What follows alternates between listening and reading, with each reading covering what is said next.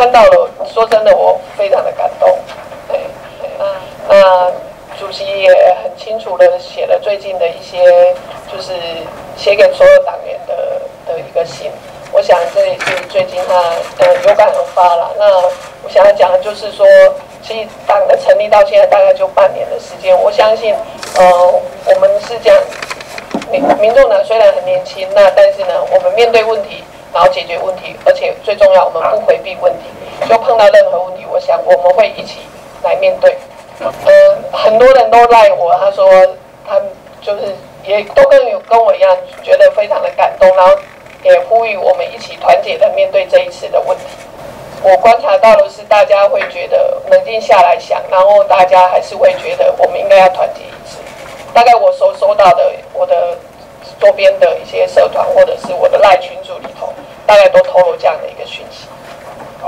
好，谢谢。昨天那个宜芳的事情出来之后啊，您第一时间出来受访，那因为是笑笑的，那现在有大部分的那个柯粉认为说这个观感不够好。第一时间我听到我是有一点惊讶，所以大概不知道怎么去回应。不过我想大概这个以后这个部分，我想我有改进的空间。另外，针对这个詹义善的部分，有议员踢爆说，其实他约会当天是没有请假的。那未来对于这个政务官以及这个机要，因为未来之前你是那个市府顾问嘛，就是这个出缺勤的部分，您认为怎么管理会比较好一点？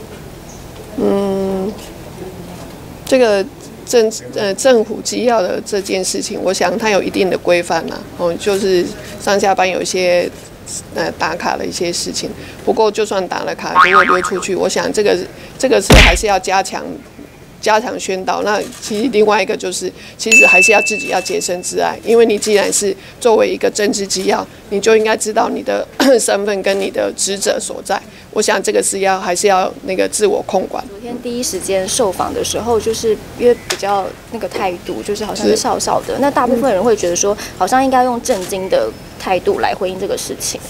OK， 那这个部分第一时间我听到我是有一点惊讶，所以大概不知道怎么去回应。不过我想大概这个以后这个部分，我想我有改进的空间。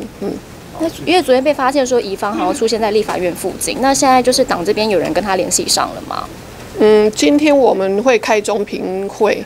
那党部那边是通知说，他今天要到那个党的中评会里头来做说明，所以这个就下午开会之后，如果有进一步的结果，会跟外面说明。